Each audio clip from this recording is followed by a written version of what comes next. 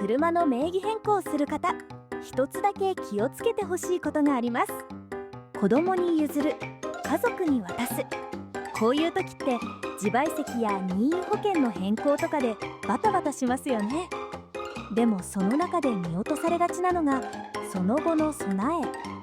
え。名義が変わるタイミングってただの手続きじゃなくて選択できるタイミングでもあります。わらふ